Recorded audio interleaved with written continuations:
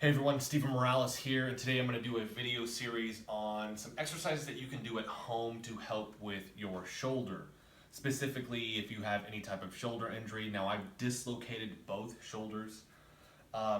This is going to help kind of keep that shoulder strong, and it's a good way to warm up if you're going to then go do an exercise program like chest day, it's upper body day at the gym. This is something that I have my clients do before they do that because we want to make sure that we wake up and kind of stimulate the rotator cuff, your posterior shoulder girdle, some of these other muscles in there before you just go load up your body with weight. Typically, that's how people hurt themselves. Now, for me personally, with the shoulder dislocations, I've actually ripped through what's called the glenohumeral ligaments. There's a Z of ligaments, basically makes a Z right here in the front of my shoulder. It acts as a cage on the front of my shoulder. I've dislocated both of those. So when you do that, you actually rip through all of those and you stretch them all out. So now you're more prone to shoulder dislocations because the ligaments that were keeping that shoulder kind of held in place on the front side of your shoulder are more stretched out and laxed now. So it just basically pops out more. I actually have a video on my channel of me dislocating my right shoulder a couple weeks ago. It's been about a month now, actually.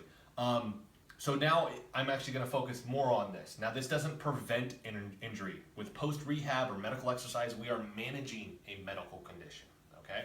I am going to recommend that you buy some TheraBands if you don't already have some.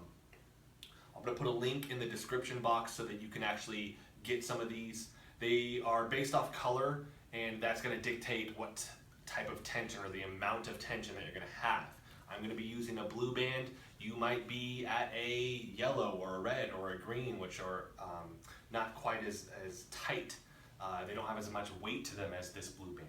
So typically you're not going to go crazy heavy. You're not trying to, and I see this all the time at the gym, people load up like the functional trainer with weight, and they sit there and they try and do internal, external rotation, and they end up tearing, you're going to tear your rotator cuff up by doing that. It doesn't require a lot of weight, okay? These bands aren't super tight to create a ton of weight. They're pretty stretchy and flexible. Now, they do have some tighter ones, but I don't want you to do that, okay? Now, once you have that, what you're also going to need is a pillow, a rolled up towel, something that actually has some cushion to it, because you're going to want to place it underneath your arm. And the reason for that is that if I'm here and I go to do this movement, I pull my arm directly against my body and then I start doing the movement itself, you're cutting off the humeral vein, meaning you're cutting off the blood flow to the shoulder. And I don't know about you, but I don't really know anybody that wants to cut off circulation to a muscle and then trying to work it, right? You want blood flow there. You want to make sure that it's getting the proper amount of blood and nutrients and all of that. Because if you cut that off, you're just asking for an injury when you do that. So we want to prop our arm up, because if it's slightly adducted like this, we'll get that blood flow there. Now you can, in a more advanced situation, you could actually pull your arm and keep it out. Initially though, I want you to stack something underneath your arm, all right?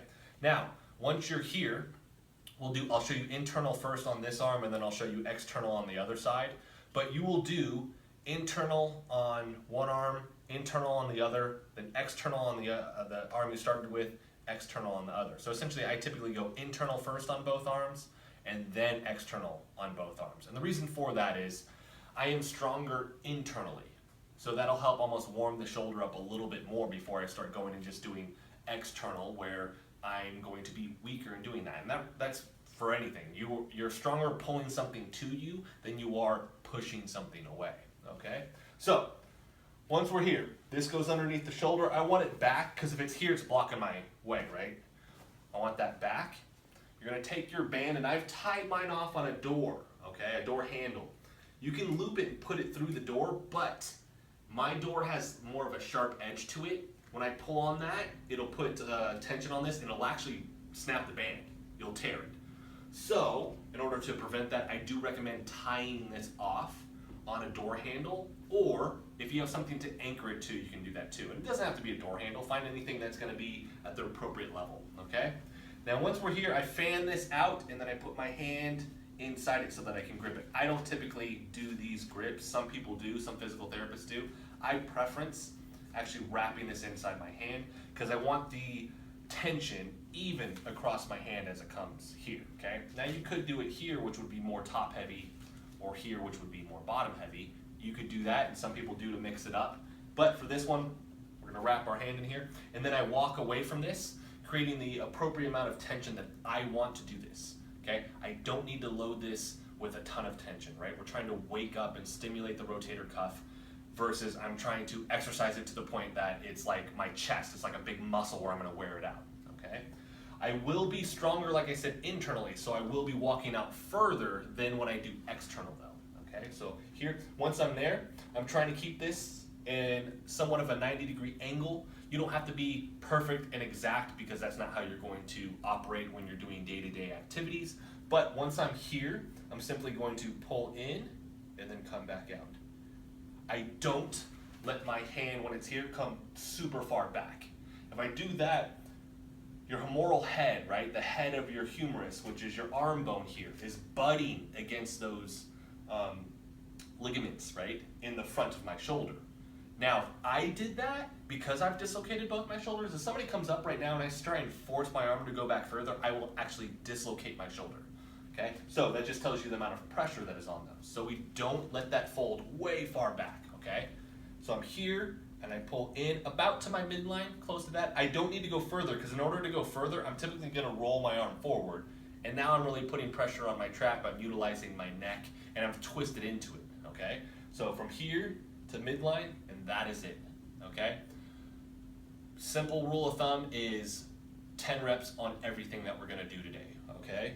So we'll do 10 this way, and then I'm actually gonna show you the external rotation. So you'll do your 10, well, that's not 10, but I'll call it right there. And then for external, it's the same thing, same position, all the same rules apply. But now, and I'm going for midline, I'll pull out. Like I said, I'm going to be weaker, so I'm gonna have to be in a little bit closer. So from here, I'll go to there and back in. And you'll feel this right through here. Like I said, we're working the rotator cuff. Right? This is giving stability to the shoulder. And you'll do 10 here, okay? I'm not trying to force it to go way out. Same thing, too much strain, you're gonna hurt yourself.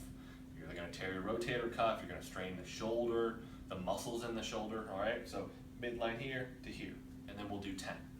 Now, like I said though, internal on both first, then external on both, okay?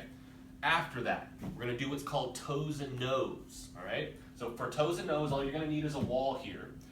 And essentially you're gonna bring your feet to the wall. I'm gonna lean on it, and I'm gonna put my nose up against the wall, and then I'm gonna bring my arms straight up. Notice that they're straight, they're not out here, right? They're not bent, they're here. And once I'm here, I'm just gonna simply bring my shoulder back from the wall and come back down. Slight pause, and then we go back down. What this looks like is if I'm here, I'm pulling that arm back, coming forward, okay? Pulling that arm back, coming forward. For people that have really, really tight shoulders, they won't get straight. That's okay, get as close to that as you can. What that means is you need to be stretching more. Stretching your pec, your shoulder, your trap, your serratus, all these various muscles. Doing mobility work on a foam roller, right? Trying to increase range of motion and gain stability in that. Now with this, it works your posterior shoulder girdle. That is all the muscles around your shoulder blade, okay? So when I pull back, I'm here and I pull back, you wanna feel all those muscles around your shoulder blade. Here, you're gonna do alternating, you're gonna do 10 per arm. So if you're gonna do a single count, you'll count to 20, but it is 10 per arm. Like I said, when I'm up there like that, take that slight pause, when I come back, 1, 2, and then come down, all right? Make sure that you are in alignment here. One of the common things that I see with people is that they're so tight in their shoulders, they pull it all up like that, and then they try and pull back. Pull that down, right? Relax. So they're usually like this. Pull that down, relax, and then we can pull back, all right? When I do pull back, this is a short range of motion. Do not try and force that arm to go way far back, okay? Same thing, you're gonna run into a situation where you're going to injure yourself, and we don't want that, okay? Now, after that, after you've run through that, what you're gonna need to do is you're gonna want your band here, and based off this, like I'm using the blue band right here, for this, if you buy the packages in the link, you can use a different one. It's the same thing because they're all going to have different weights. And what you're doing for internal and external rotation might not be the same amount of tension or weight that you need for what I'm going to show you next, which is a band pull apart. Okay, I'm going to show you two variations too. So for this, I'm going to have my feet together. I'm going to raise my arms up like this, and I want my arms close to parallel with the ground, meaning I don't need them up here and I don't need them down there. One of the markers that I look for is my palms being flush with my forearm also, because a lot of people when they get tired, they lift those palms up like this and they start pulling like that, meaning that I'm dropping my elbow now. When you do that, we're going to basically use your neck. We don't want to use your neck. For this, we want to use your rear delt, which is right back here.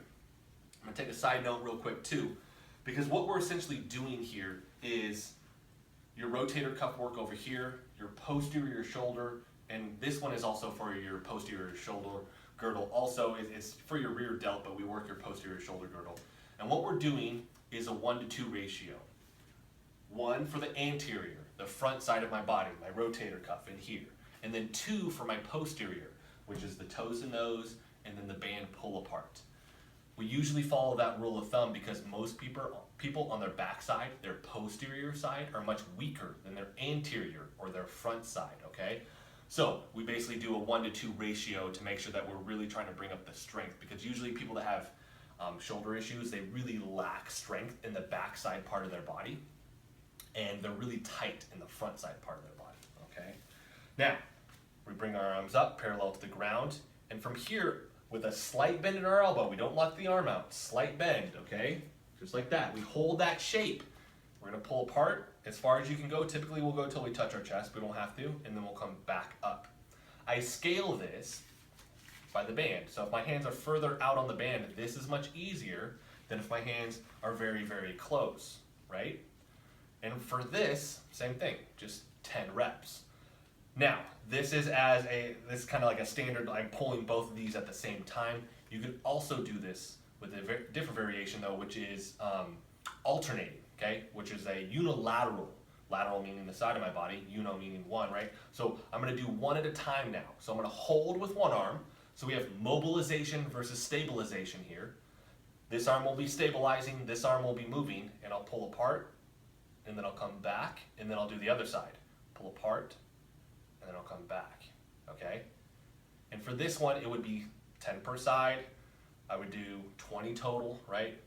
I like this one a lot. I typically do this one more so than I do where I just pull straight apart when I'm doing my post-rehab. I think it's a little bit more effective because of the mobilization and the stabilization. You get a little bit more out of the shoulder with this one, okay? Make sure your arm is relaxed somewhat on this, meaning that I'm not over clenching this and trying to just muscle this with my arm. If I relax, I'll feel the rear delt. If I don't and I muscle this, I'll actually feel more of my forearms and my arm, even my neck, okay? Because typically what you'll do is you'll default to straightening out your arms and trying to pull this way, and that's gonna be all neck. Now, with this working my rear delt, it is going to work up the upper part of my back, your trap, all of that. We just don't want it to be the primary thing that you are working. Now with this, you're gonna do 2 to 3 rounds. And you might do this every 3 days if you're gonna manage some type of shoulder condition. For strength training people, bodybuilders, anything like that, this is something that I would do 1 to 2 rounds before, and I still do this every single time I go to do an upper body workout. I wanna wake up my internal components, the smaller parts, my rotator cuff, all of that in my shoulder before I go load with heavy weight. Now with bodybuilding or even strength training, typically what they do is they do their heavy lifts first and then any of their accessory lifts for or smaller lifts or smaller muscle group lifts after that. With post-rehab, we do the opposite.